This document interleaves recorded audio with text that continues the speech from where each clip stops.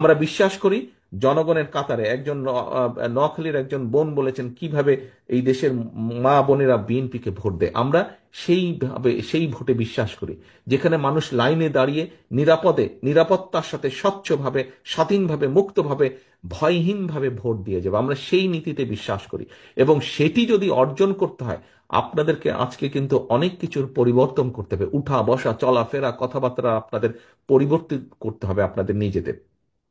বারে বারে আমি বলছি জনগণকে সাথে রাখুন, জনগণের সঙ্গে রাখুন। সহকর্মীবৃন্দ, আপনি ক্ষমতায় যাবেন না, এখানে উপস্থিত মানুষ একটি মানুষও ক্ষমতায় যাবেন না। আপনারা আপনারা মানুষের সমর্থন পেলে ইনশাল্লাহ দেশ পরিচালনার সুযোগ পাবেন। দেশ পরিচালনার সুযোগ পাবেন। মানুষ আপনাদেরকে ক্ষমতা দেবে না, আপনাদেরকে দেশ পরিচালনার সুযোগ দেবে। দুটোর মধ্যে পার্থক্য আছে। ক্ষমতায় ছিল পলাতক স্বৈরাচার, পার্থক্যটা বুঝতে হবে। ক্ষমতায় ছিল পলাতক স্বৈরাচার, ক্ষমতা ছাড়া কিচ্ছু বুঝতো না বলেই দেশের মানুষের জন্য কোনো কাজ করেনি।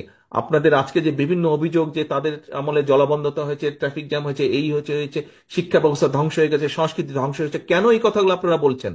এই জন্য আপনারা এই কথাগুলো বলছেন যে ওরা ক্ষমতায় ছিল, ওরা জনসমর্থনে দেশ পরিচালনার সুযোগ পায়নি, ক্ষমতা দখল করে ক্ষমতায় ছিল। আমরা দেশ পরিচালনার সুযোগ পেতে চাই জনগণের সমর্থন নিয়ে, এবং সেই জন্যই দেশ পরিচালনার যদি সুযোগ পেতে চান, দেশ পরিচালনা যদি করতে চান, তাহলে নিজেকে সেইভাবে গড়ে তুলতে হবে। নিজের প্রতি মানুষের সেই সমর্থন আস্থা অর্জন করতে হবে।